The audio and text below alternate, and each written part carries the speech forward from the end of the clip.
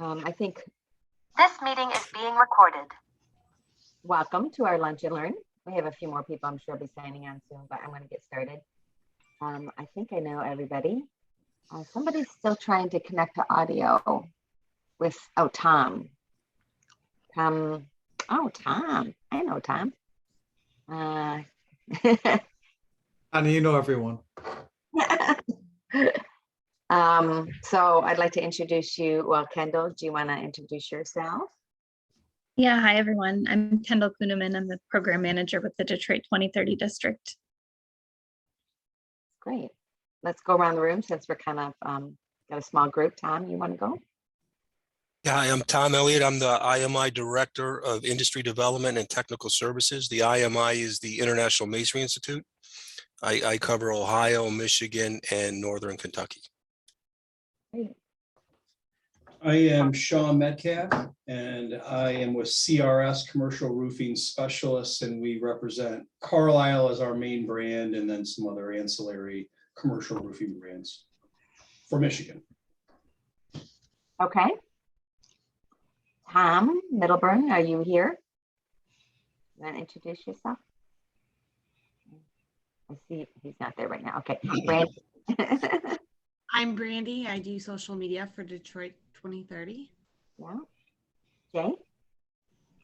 Jay Penfield, Power Home Solar Commercial Industrial Division, House to Residential. We just surpassed 35,000 installations this past month and a half ago and keeping it strong. I'm selling in 15 states now and having a good time. If you need solar for your home or for your business, contact me. Adam?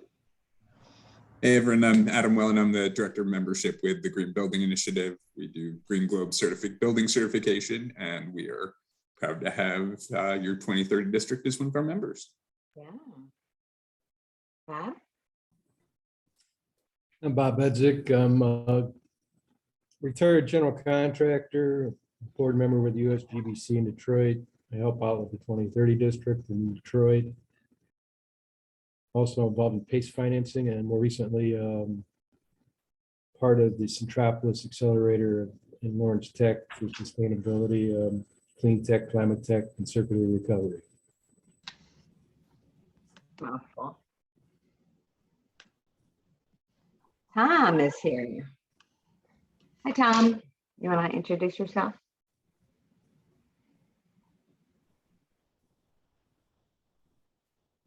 Are you there? Tom Middleburn, can you hear us? Oh, okay. Yes, I'm unmuted, Connie. How are you doing? Good. How are you? Good. Okay, we have a couple more people that are coming on, but thank you all for joining us. I'll just add them as they come in. So we have two great presenters today. I'm going to give you a little bit of update what's going on at Detroit 2030 district. And then if you have questions during a presenter, you can, or a small group, you could either put your question into the chat and Kendall will go through those after the presenter's done. I think we have a small enough group, Kendall.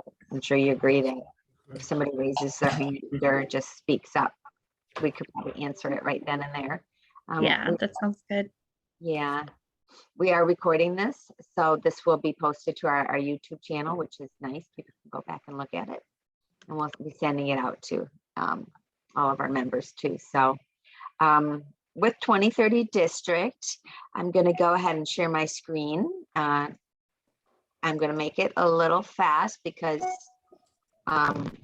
most of you know who we are and what we do, but we have a couple new people. So we made it through these 2 hard years, right? So we're actually in a really good spot right now. We are one of 23 districts in North America. We have 3 in Michigan, Detroit, Grand Rapids, and Ann Arbor. We work with them quite a bit, so it's been a good collaboration. We're proud to be the only state with 3 districts.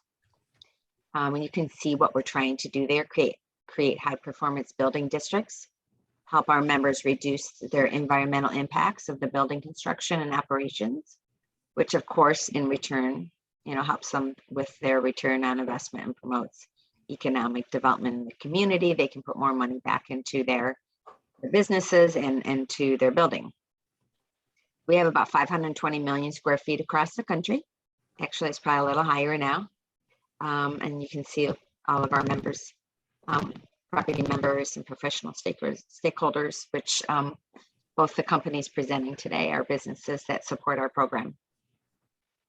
Most of you know what we're aiming to do, but we are aiming to reduce energy, transportation to and from the buildings, the emissions and water consumption. I should say energy and water consumption and transportation emissions to and from the buildings. Working to reduce overall carbon reduction by 50% by the year 2030. And this stems from the 2030 Architecture Challenge that a lot of architects follow.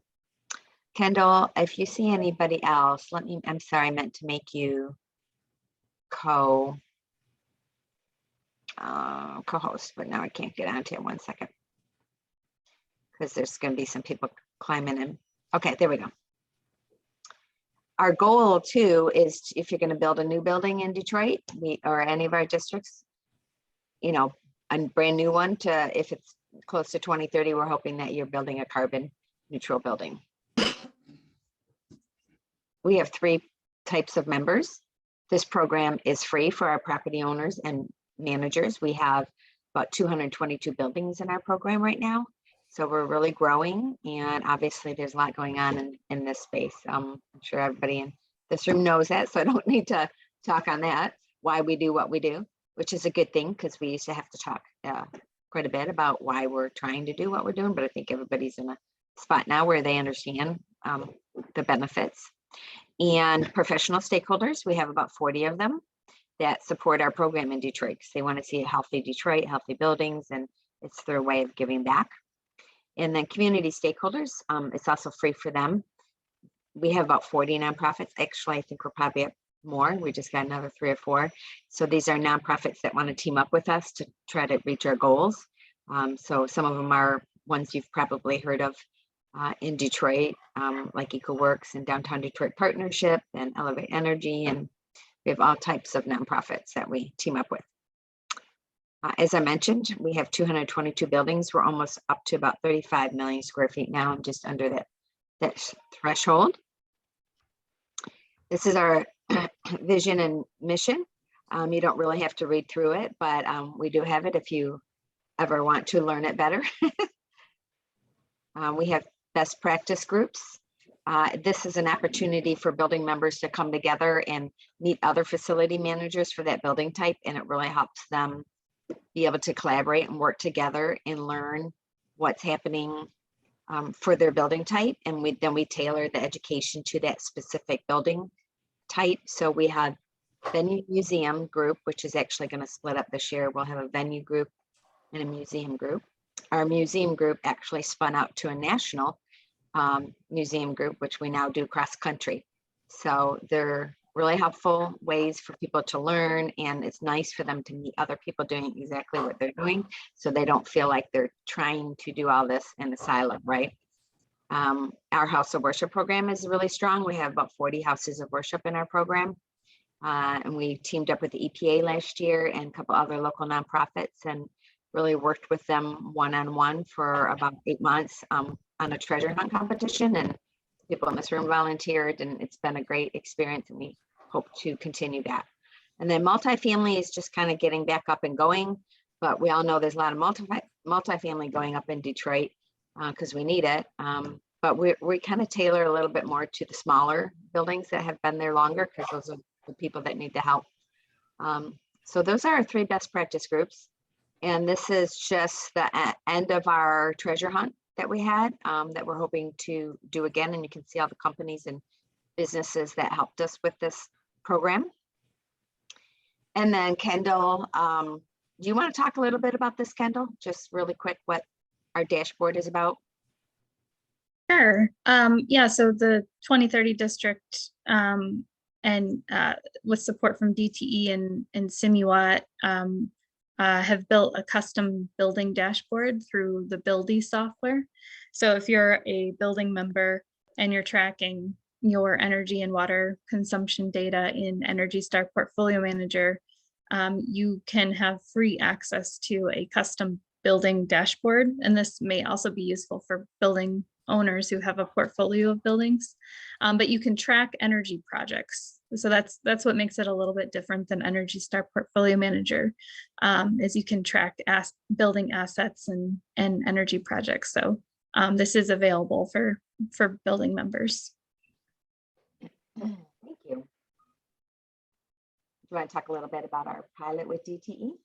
Sure. And we've also, we've partnered with DTE along with the Ann Arbor 2030 district, and DTE is coming up with a solution to automate energy data into Energy Star Portfolio Manager. So then it becomes less of a manual process for the building owner, who would then therefore otherwise have to look at their bill and enter that data. So this is something that we're also piloting, and Ann Arbor and Detroit 2030 district building members are able to participate.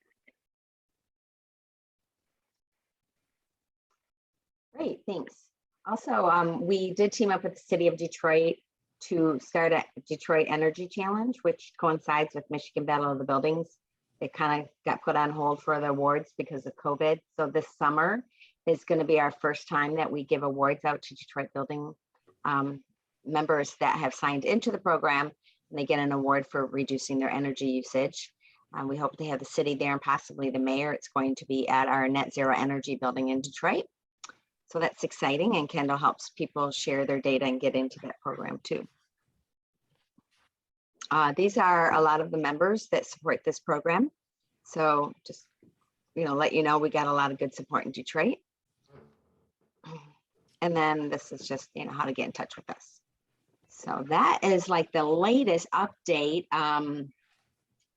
There's a lot more, obviously, we could cover, but we're here today. I'm going to get out of this. We're here today to hear from our speakers. Peggy, you want to say hello? Everyone already said hello. Oh, sorry. Let me put a video on there. Hi. Sorry, it took me forever to get in. I guess technology and me don't work together very well. Hand in hand. But it's nice to see everybody. I'm looking forward to this presentation. I invited a bunch of people. I was hoping they didn't come.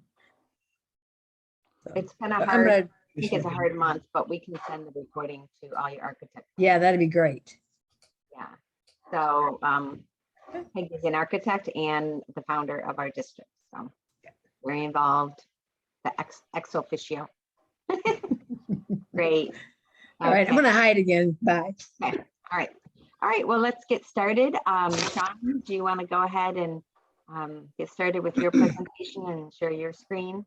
I used to work with Sean at Commercial Roofing Specialist. Loved the company and love Carlisle still to this day. So excited to have them present on what's been going on. So Thanks, Connie. You can see my screen? I can. Yes. All right, so my name again is Sean Metcalfe, and I'm with CRS, Commercial Roofing Specialists, and we're a manufacturing repping company. So we primarily, our primary line is Carlisle Syntec. We also represent Drexel Metals and Carlisle Roof Foam and Coatings. Steinel is a heat weld equipment, Georgia Pacific for cover boards, and DTEC is an electronic leak detection system. So let me. I wonder if you can hit a different button to get rid of your notes in there. You can still see my notes? Yeah. Oh. You have like it's hard to tell from here. Display setting maybe? Yeah, no, I'm not on that screen. I did. Yeah, I think you might be sharing the wrong screen. Oh, that's totally possible. All right. It looks like Mackinac Island. Let's say, I like that picture. That is, yeah. So that's the problem. I was sharing the wrong screen. So let me. Okay, take a minute.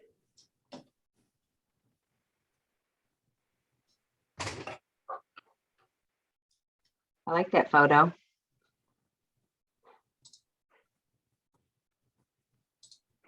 Is that Mission Point Resort? It is, yeah. That's where my daughter's gonna get married.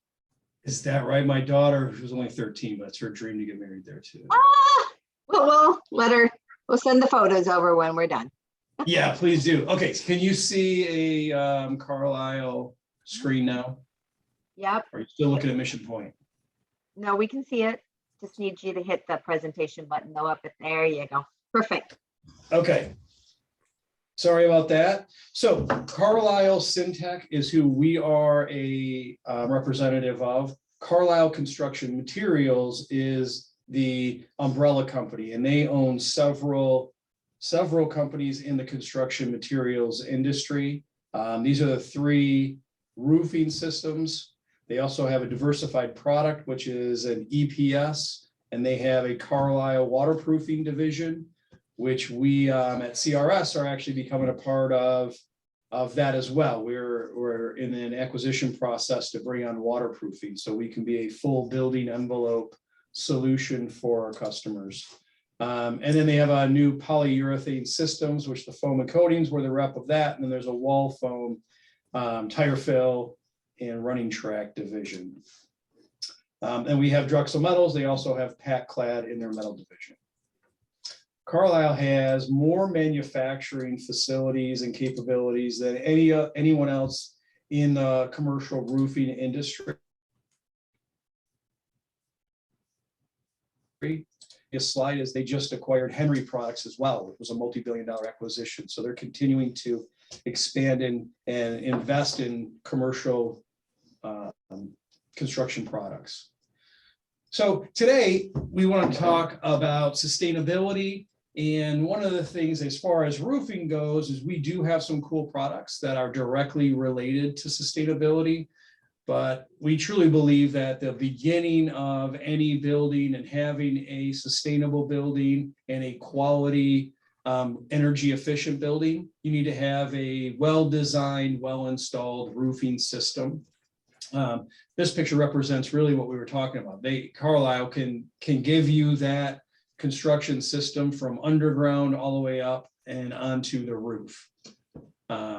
For us, we are a single ply manufacturer primarily, and so we have all three of the most common roofing membranes. I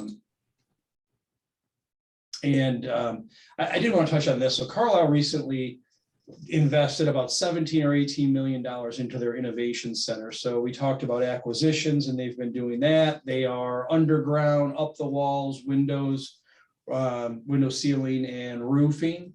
And a big part of that, and a big part of their success in the industry, is their commitment to innovation. So Carlisle has more products that are focused on productivity, so that you need less people to install more material because of the issues we have with work shortage. They have more innovation as far as we have a Velcro roof, we have a wind vented system, we have systems for new structural concrete that mitigate moisture in the system, will allow it to escape.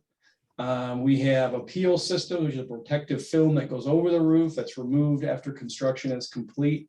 And all of this shows you that Carlisle is truly committed to the industry, committed to innovation, committed to the future, and helping. And I think that's all part of sustainability too, is reducing the amount of materials and ways to reuse materials in the industry. So today we want to talk about the roofing membranes. We want to talk about the roofing system, the design of the system, and the additions or ancillary products that go with the roofing systems, how those all interact, and including the warranty. So we have the three main roofing membranes. Thermoset in commercial roofing is EPDM. It is a black or white product. It has the longest track record of success in the United States, and it is a very durable product, especially in the northern states where we are. So there are 2 or 3 types of EPDM membranes really. We have on the left a reinforced EPDM. So you have EPDM top ply, you have a reinforcing scrim in the middle, then you have an EPDM bottom ply. So the left is reinforced. In the center, you have a non-reinforced, which is very common, very durable. It is most typically fully adhered. and it has an EPDM top layer and an EPDM bottom layer.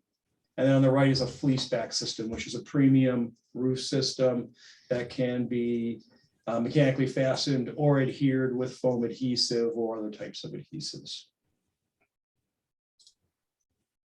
The benefits of EPDM are their long track record, of course. It's very their weatherability is very long. It resists hail very well. It has low installation and maintenance costs. It's very easy to maintain it, repair it, to train people how to repair it. You don't need a lot of equipment up on the roof. And it's virtually immune to ozone, UV, freeze thaw cycles. So again, ideal membrane for here in Michigan. The other two types of roofing systems are thermoplastics. Most common, the two most common are TPO and PVC. So they're a plastic system. The seams are heat welded together. Many of the accessory materials that go on it are heat welded to it. So that creates a much more monolithic roofing system. Once they're heat welded together, it all becomes basically one watertight membrane. Both PVC and TPO are manufactured with a reinforcing scrim. So you have a top ply of either TPO or PVC and a bottom ply of TPO or PVC with that reinforcing scrim in the middle. And of course, you can get both TPO and PVC in a fleece back to create a premium roof system as well. So the history of TPO is it really started in the early 80s. PVC was in the 70s, and those two flexible thermoplastic membranes were initially used in other industries, automotive and geomembranes. They PVC in the late 70s and TPO in the late 80s became used for commercial roofing and some other exposed construction products. And then in the late 90s and through today, TPO, for instance, is the largest growing segment of the commercial roofing industry. And PVC, which was fairly leveled off, has started to grow over the past decade or so as well. And a lot of that has to do with the white roofs. So there's a big push over the past almost 20 years now for white roofs to reflect that heat, and heat island effect is talked about a lot, where a lot of the buildings are covering up trees and vegetation. And so all of the products that are used, like concrete, asphalt, roofing, were absorbing heat, holding that heat in near large cities. And so the white roofs are felt that they're going to reflect some of that back away from the buildings and get that heat out away from the city. Another advantage of these thermoplastic is they are highly recyclable. Because they're all reinforced, they have great tear strength, and they have a good history as well now, too, with over 25 years.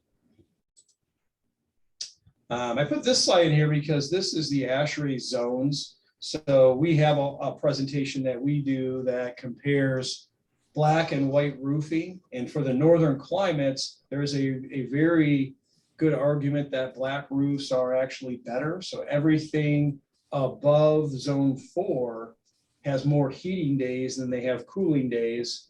So holding some of that heat near the buildings is a positive thing in many circumstances. Although if you're designing a good, efficient roof, then the color of the membrane doesn't have as much to do with it as the proper insulation. Having the right R value for the type of building, so that you're keeping the internal heat in the building and you're keeping external temperatures out of the building, whether you're heating or cooling. So I think that the amount of insulation and the type of insulation that you use is going to be more, is going to lead you more towards an efficient building than the color of the membrane on the roof. And then when it comes to roofing insulations, polyiso is the most common, and they have a paper-faced ISO, and they have a coated glass facer. Coated glass facer, again, leads to more of a premium system, has better wind uplift, performance characteristics, and moisture resistance.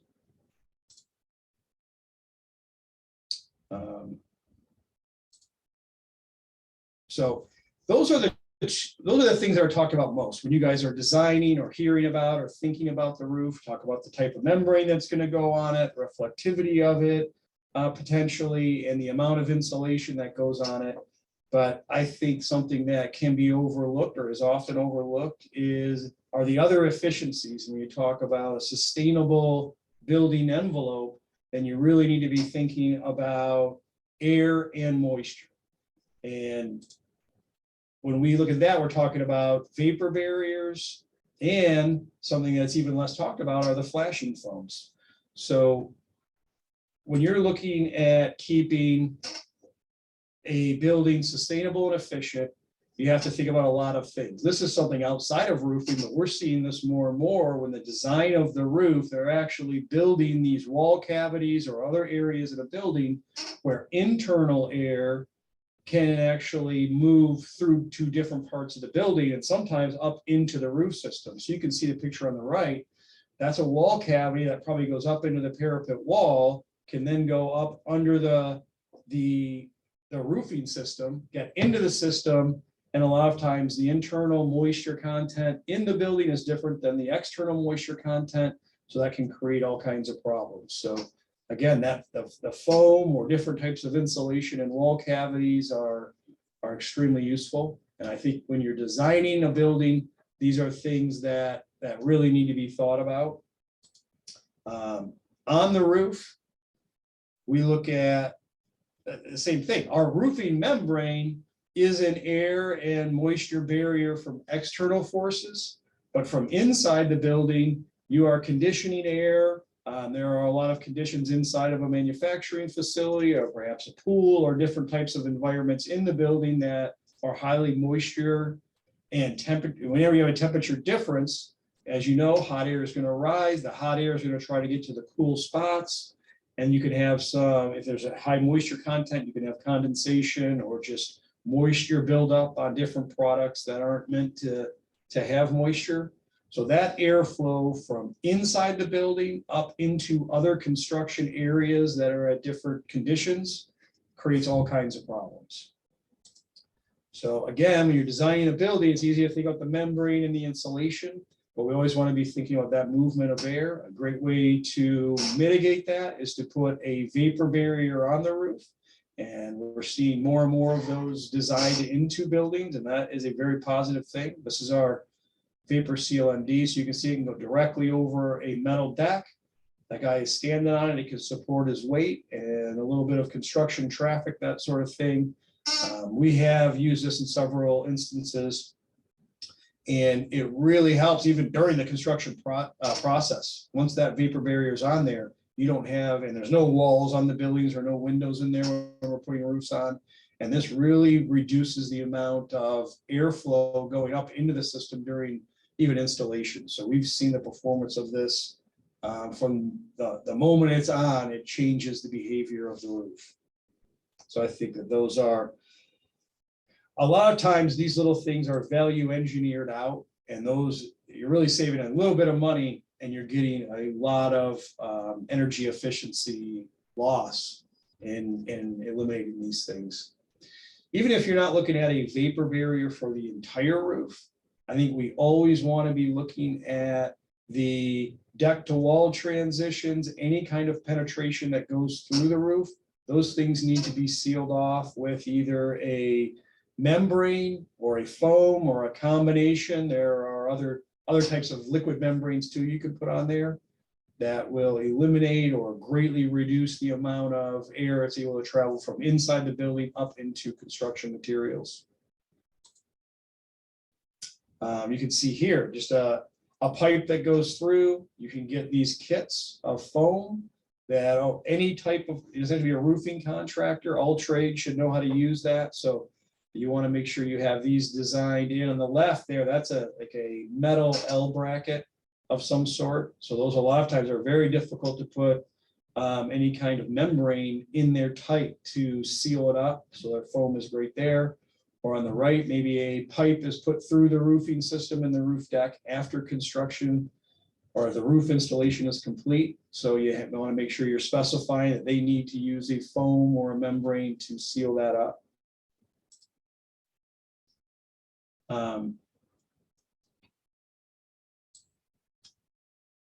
So here, we just want to make sure that outside airflow must be sealed off. And you want to, that's from outside air, and you want to make sure that inside the internal air doesn't get up into the roofing system or other construction components. And a lot of times that's at angle changes and penetrations. Another component of the roofing system that is often either there's not a great deal of time spent on it, or it's value engineered down, is the edge metal. The edge of the roof and that edge metal itself is the most common area for failure to happen on a roof, because that wind is coming over the edge of the roof. It's creating uplift and push on that metal edge. And once you get something started at an edge and you pull on it, like pulling up a sticker, you can't just grab the sticker and pull it off. If you get that corner, a lot of times you can peel that off, and that's exactly what happens to a roof. So we want to be thinking about the types of edge metal that's put on there. We want to think about the type of material that's used. A lot of times when you're specifying a roof, you can use ES1. ES1 is the International Building Code, section 1504.5. And that just requires that the edge metal be tested for different loads. So you can see they test for a billowing membrane pull on the edge metal. They test for the wind load on it. And then for copings, they test for both, because you have a top load and a face load on those edge metals. So specifying ES1 is a great way to ensure that you're going to get a quality edge, which is going to hold your whole roof together. Again, this is a common area where value engineering takes this down to maybe a contractor fabricated metal. And once you get to that point, you're losing your testing, you're losing your standards, and you're really vulnerable to whatever quality the contractor wants to make. So I think this is an area where you save very little money by value engineering it out, and you're really exposing yourself to some liability and to keep your whole roofing system sound.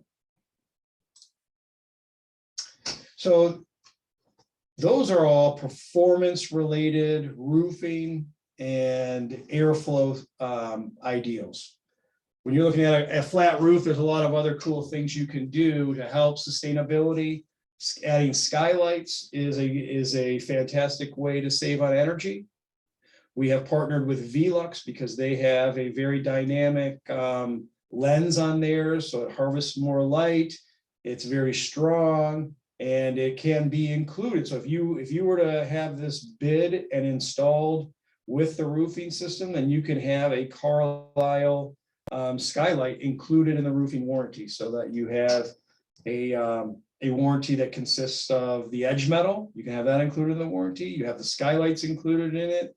If you add a garden roof to it, you can have that included in the warranty, so that if you have any problems, you can see around this garden roof is a paver system. You can have that included in the warranty. You can get overburden warranties. So if there is a problem with the roofing system, once it's covered up, the removal of these products to get down to, you could do repairs and fix your roof and cover it back up. That's all included in the cost of the repair under the warranty. These are also things that when you look at a garden roof, specifically when you look at the 2030 district, you're talking about, they have some requirements on rain water retention. So putting a garden roof up on a roof, you're going to slow down the movement of that water from the roof into the drains and then out into the city's water system. So you can get some credits and some benefits that we can help you. We can help you with all of these things and understanding how they benefit, what the cost benefit is, because obviously all this stuff costs money. So the thing I'm trying to accomplish here is give you a good overall understanding of the full building envelope as far as the roofing and walls go. And all of these things we talked about today have their own presentations that we can get into a deep dive into any one of these things to help understand each one better. If you are going to go with a paver system or a garden roof system or something where you're covering up the roof, we think it's always smart to do a leak detection system. That way you can finish your roofing, you can test the roofing and make sure there are no leaks before you cover it up with any kind of overburden. DTEC makes a fantastic leak detection system. You can see the tool is like a vacuum or a sweeper. Those metal grates on the right conduct electricity, and you can see where he's pointing his finger on the bottom two pictures, that if there's a breach, then the water will go down, it will hit a conductive surface, and that machine will start beeping. So the machine beeped on the top. He then pulled the machine away. He's able to touch that spot on the machine and use his finger to pinpoint a pinhole there where water's getting in at that T-joint. A conductive surface would be like concrete is conductive. So if you had membrane directly over concrete, then all you need to do is set up one of these tests. If you have, which most of the time you do, an insulation or a cover board, then we have True Ground conductive primer. So it is basically like a paint. You roll it on over whatever's right under the membrane. Once the system is, once the roofing system is installed, or waterproofing for that matter, for walls or plaza decks or any type of waterproofing, then you could put this primer over insulation, and that will create a conductive surface for the for us to do the testing. So you can see here, it's just a component of the roofing system. That also, with Carlisle, that's included in the Carlisle full system warranty, so it doesn't affect any type of warranty.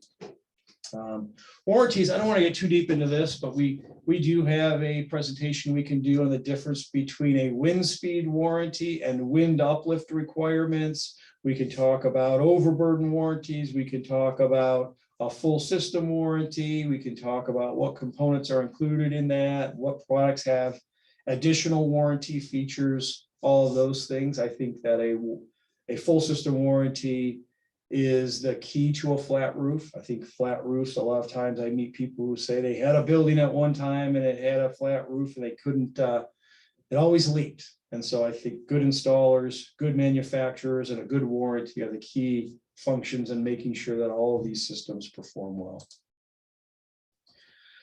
So that is my presentation for today. Are there any questions? Thanks, Sean. There is one question in the chat. The question is foam sealant regarding foam sealant at roof penetrations, are they compatible with all types of roof membranes? They are, yep. So those foams are very similar to the polyiso insulation that we use. They have a lot of the same chemical characteristics, and they'll have no compatibility issue with any of our roofing systems or any roofing system that I know, really. If you get into the other asphaltic based or any other type, it's all compatible. And well, the ones I showed you are actually a Carlisle product, so that also included in the full system warranty. Thank you. And Adam, you have a question? Yeah, Sean, I was curious a little bit. You touched on the difference between the PVC and I can't remember what the other acronym was for the other plastic membrane roofing material. Is there any major sustainable difference between the two? Like I know with PVC, for example, when they're producing it, they can just put it back. Any excess trimmings can go right back into production, that they can kind of melt it down and redo it. Can they do the same with the other materials? Yeah, so the other one is TPO, and PVC is the most recyclable of the two thermoplastic membranes for sure. And they do that stuff regularly. TPO is highly recyclable, but they don't use scraps back into the manufacturing. Cool, thanks for clarifying. Yeah, no problem. And Jay, you have a question? We got a question and a request. Our company is in 15 states right now. We do offer roofing as well as our solar, and we are definitely looking for people that can supply us with materials. I'd love to get with you after this meeting so we can talk in detail and get you in touch with our roofing department. Yeah, perfect. Sounds good. Great. And then this, I guess we'll maybe make this the last question so we have time for Tom's presentation, but have your contractors begun to use PACE financing to help owners purchase these systems for greater resiliency and sustainability?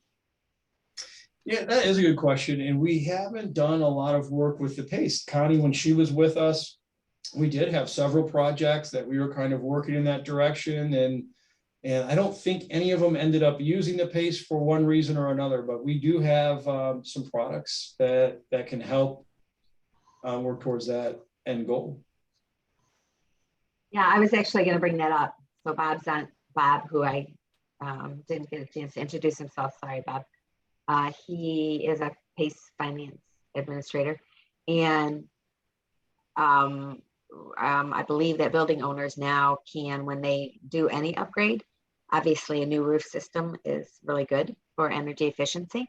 So they can just wrap in the whole entire roof system, new roof, into the PACE financing. Bob, do you agree with that? I don't know if he's there. Okay. So that's exciting. PACE financing is really expanding. It can even include, I think they're working on adding charging stations and stormwater projects. So I'll throw in my 2 cents also where Bob is concerned. I've got Bob working with all my clients at this point in time. He's extremely responsive. He's on top of every little thing. He's very good at what he does. So Sean, a lot of that was still in my head as you were presenting. Is that right? Yeah, good. Next time I'll send it over to you. Next time you can perform anywhere you want. I know how to say all the acronyms. I still do. So proud of that. That was hard. What does TPO stand for? Do you remember? Thermoplastic Opalene. Polyolefin. You're so close. Yeah, Oh, nice. close. Okay. EPDM is ethylproline diene monomer, something like that. Yeah. Yeah. Okay. What's the last one? PVC, polyvinyl chloride. Yeah. Yeah. They stuck in there. I remember some things. Well, thank you so much. That was great. I think this is going to be good to send out to a lot of architects who couldn't make it today, but they'll probably review it. So I'll make sure it goes to AIA Detroit, and then Peggy will also forward it on. So thanks for presenting. My pleasure. Okay. Tom, would you like to share your screen and Sure, let me, what you have to say? it's, okay, not letting me share. It says host. What? You still co-host. There we go. Okay, it was probably because Sean was still getting out of it. So Yep. And I'm going to perfect. switch it up. I'm kind of excited to hear what you have to say because I don't know a lot about IMI and I've been waiting to learn more. So great. Yes, so let me hang on here. Can you see? Yes, your notes Okay. are still there. There you go. Looks great. Okay, so again, as Connie said, I'm Tom Elliott with the International Masonry Institute, and I'd like to thank you for the opportunity to present to the group today. We really appreciate that. So the IMI, for those of you who are not familiar with the IMI, we're an industry resource. We're here to support you in designing great masonry buildings, and we want to help you deliver efficient, economical, and beautiful masonry systems. The IMI is a team of architects, engineers, construction professionals, and we provide free support for your masonry, tile, and construction projects. Some of the services that we offer that you can see up on the screen are plan and specification review, detailing assistance, job site troubleshooting, continuing education presentations, and then a lot of hands-on material workshops. So if you'd like a plan or specification review or detailing assistance, just reach out to the IMI. We have directors all throughout the country. I happen to cover the Michigan, Ohio, Kentucky area, but we have directors all the way from the East Coast all the way across to the West Coast. So we cover the entire area. Here's just an example of a drawing review that we'll do, and this is pretty simplistic. Sean talked about the importance of flashing and, the internal thermal transfer that can happen, or moisture transfer. And this is something that we do at no cost. Again, all the services that we provide to the design and the construction community are at no cost. This is just an example of a drawing review that we've done where, we've helped the designer with some of their details. This is a foundation detail where the flashing was incorrectly installed. And then the weep holes, as you can see, they had the weep holes specified every 24 inches on center when the material they were using was a larger unit, so it wouldn't work. So again, this is just as an example of something that we provide at no cost. Not only we work with architects, we have structural masonry coalitions throughout the country that we work with, and we review a lot of structural drawings as well. We've been doing a lot in the resiliency and sustainability field with single width CMU, to help designers meet the continuous energy requirements with a single width CMU. Just an example, as you can see, note number 3, the engineer was calling out for an F''M of 1500 PSI. That's outdated per the code. The current codes are allowing a 2000 PSI F''M. So, this is a review that we'll do.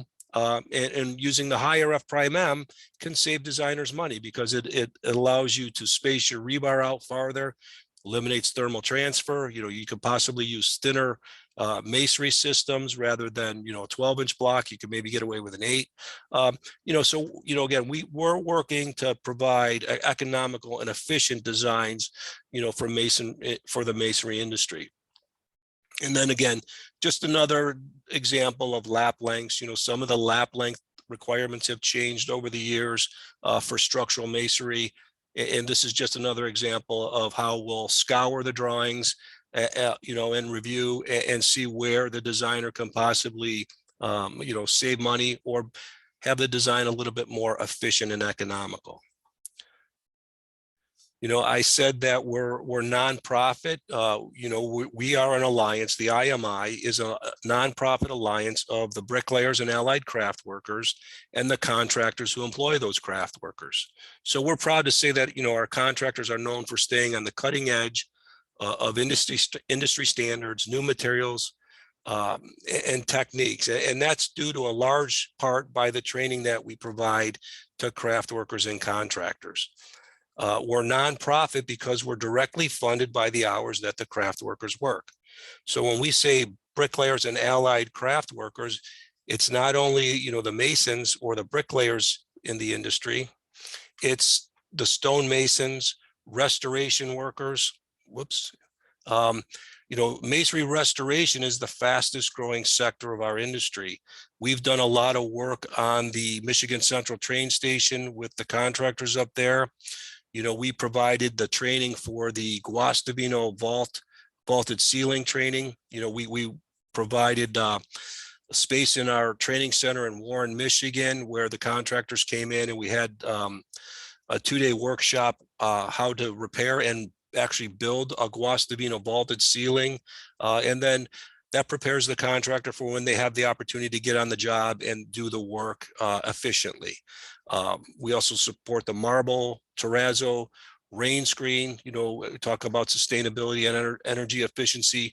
Rain screen designs are getting more and more popularity, right? Thinner exterior facades, more insulation in the wall.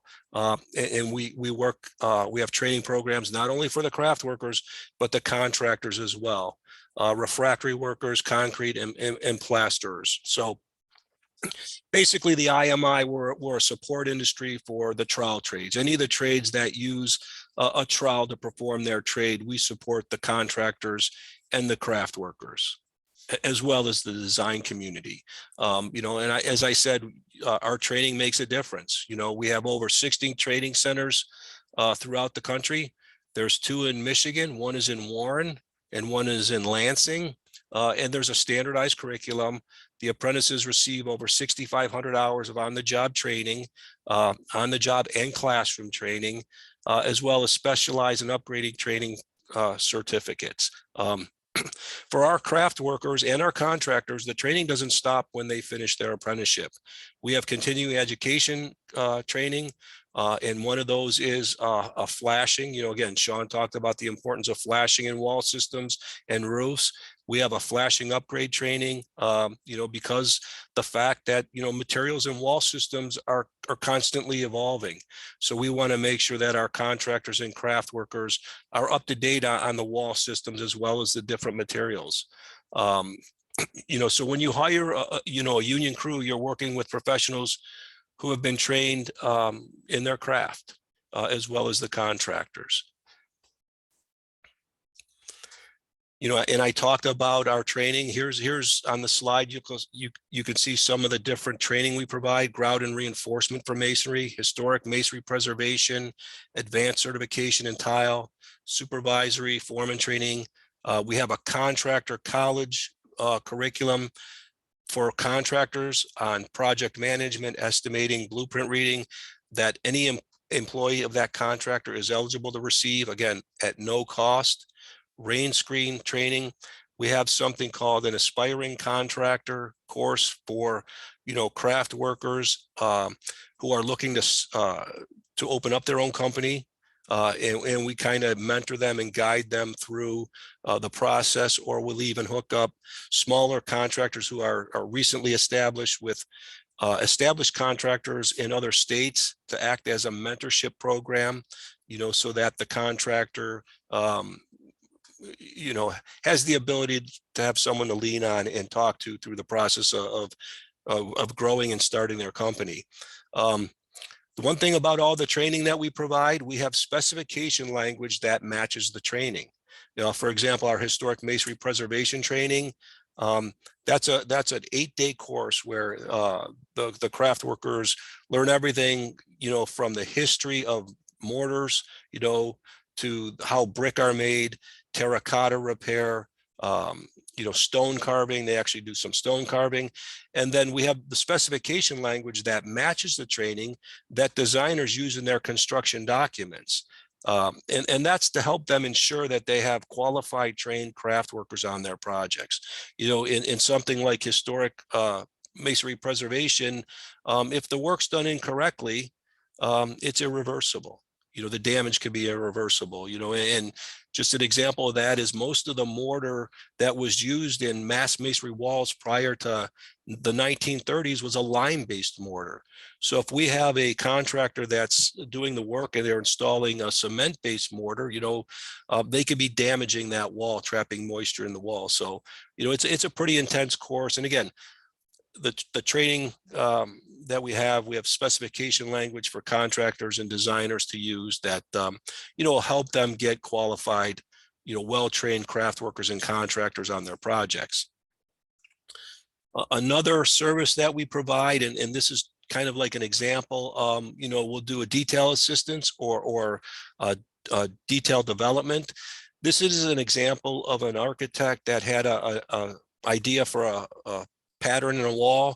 As you can see, he wanted to shade a number 2 in the wall. This was actually a fire station, and he had a very unique design that he wanted to incorporate. So he sent us over the drawings, or, you know, early design stage, and we worked with him on some different details, you know, because this can be a challenge. You know, how do I flash this type of a wall system, or, you know, what are my anchor requirements for this type of a wall system? So we worked with the architect on the drawings and the details, and then, you know, we had him come into our training center and we actually built a mock-up to check the constructability, and he was able to make changes based on what we experienced in the training center to his design. You know, and the architect actually, you know, was there with us hands-on, you know, laying the units and talking about the whole process. And there's an example of the finished product. You know, we were able to work with him. We provided some initial training to the contractor that got the work, so that when they, again, were on the job site and they hit the ground, they were able to hit the ground running and be productive. So that's something else that we provide, no cost. We don't sell a product, we sell, we're a service, we're an industry resource. We don't sell anything, we're just a resource for the industry trying to promote masonry and proper masonry, economical, efficient masonry. We do, as I said, we do a lot of continuing education. These are just a couple pictures of some hands-on events. We do a 4-hour AIA accredited programs where we do an hour of classroom, and then we turn the designers loose in the training center with our apprentices and journey workers to do some hands-on.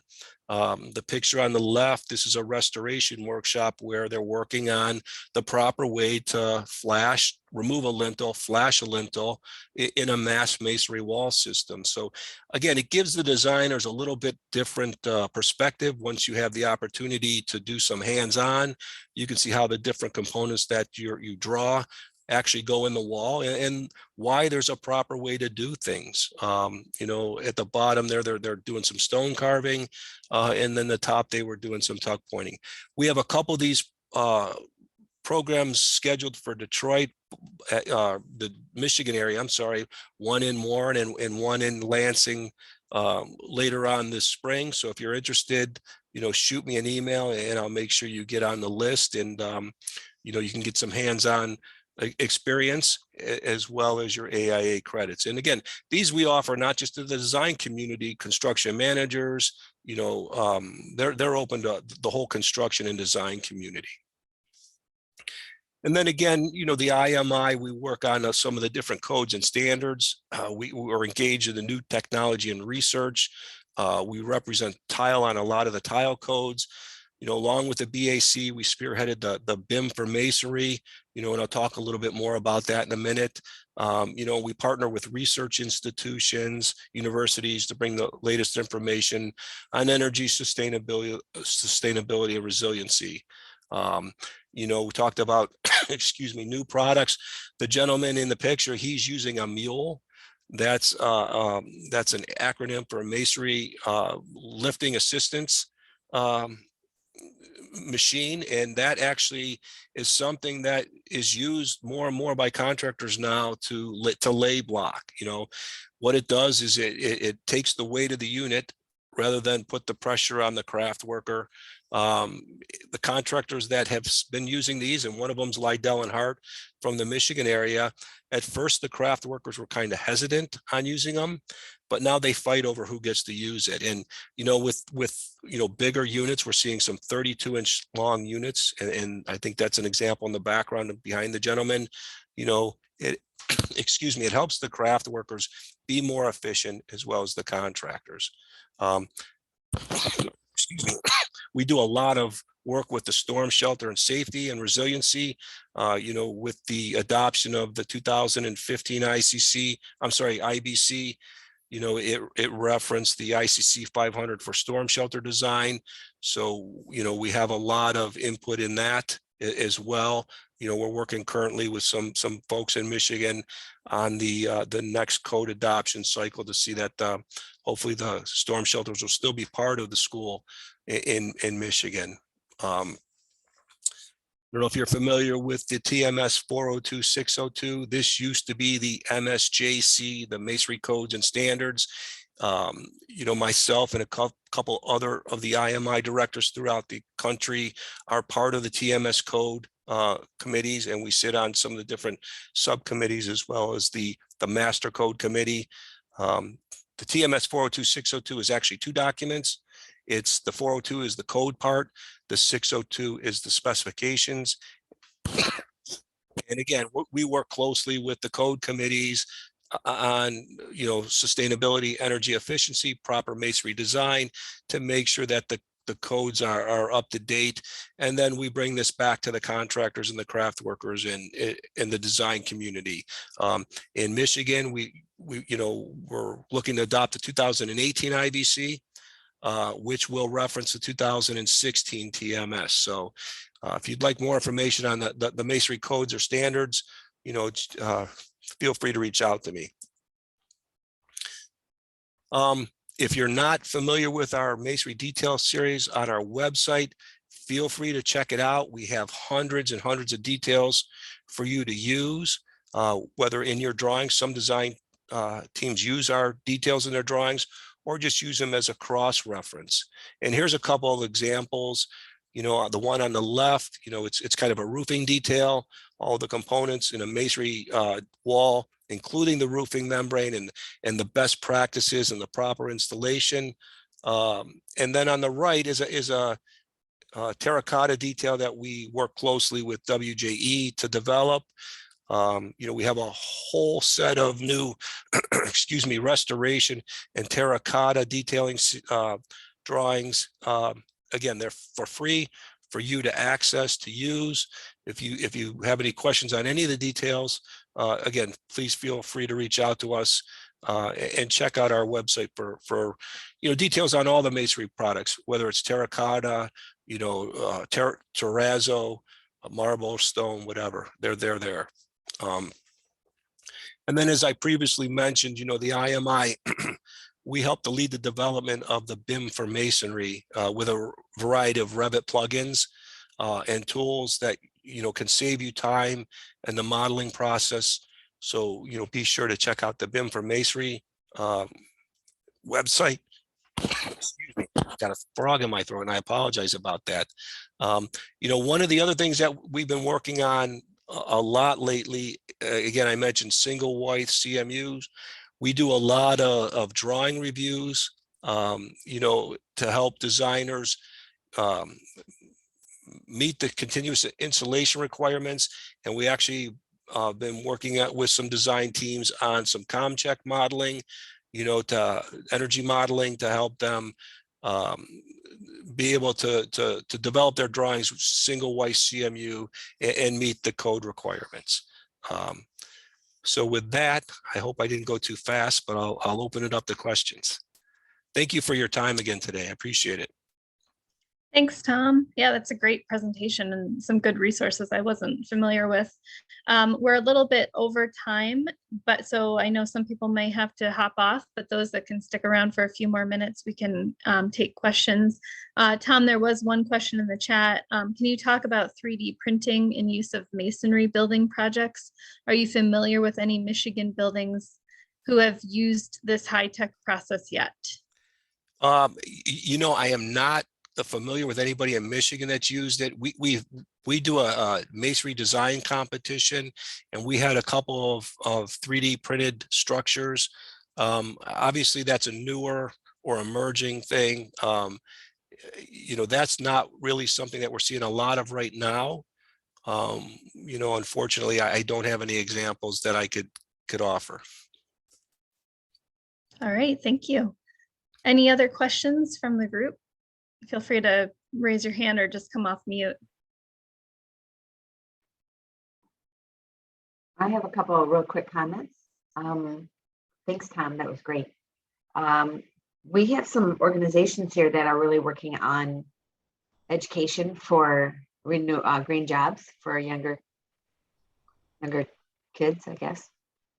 So I'd be happy, in the skilled trades, both of them. So there's some organizations that maybe we could see if you're already working with, like NAWIC, Detroit, and Kendall. We just had a speaker at Green Task Force. There's a lot of money come down the pike for training. So it'd be nice to get you connected to those. Yeah, absolutely. Let us know what we can do, and yeah, we could talk after if you'd like. Yeah. And then Brandy is our social media person. If you want us to promote your trainings, let us know. We're happy to put it out there. Yeah, thank you. Yeah. Great. Any other questions by anybody? We're good, right? Okay. Well, we went a little bit over, but 5 minutes isn't bad, right? So we're going to wrap things up. I will send out this recording. And if you have any more questions, I'm sure we can connect with you with the speakers too. So everybody have a good afternoon. And thank you for Great joining. program as always. Thank you. Jay. Thank you. Presentation. Have a good weekend. Hey, Tom. Yep. You didn't get to the other Tom, Oh. Middleburn. Can you hear me now? Yep, I can hear. Oh, good. You want to tell everybody who you're with? Oh, I'm with the National Electrical Contractors Association here in southeastern Michigan. Great. Just wanted everyone to know. Okay, well, thank you so much for attending and enjoy your weekend, everybody. Thank Thanks for you. having me, Connie. Yep, Bye. thanks. John. Thank you very much. I'm gonna contact Tom after this. Tom Elliott. I have Thank a you. question. Yep. Thanks.